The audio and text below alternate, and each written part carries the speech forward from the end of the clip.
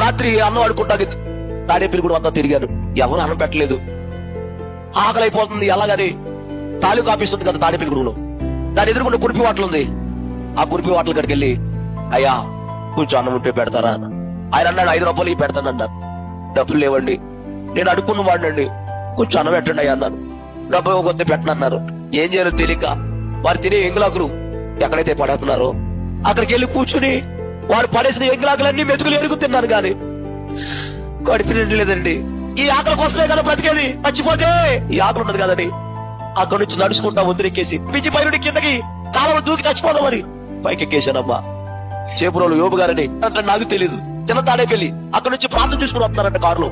Car పిచ్చి ఎక్కింది, నా తెల్లంగా వచ్చింది కారులో వచ్చి నా వైపు చూశాడంట.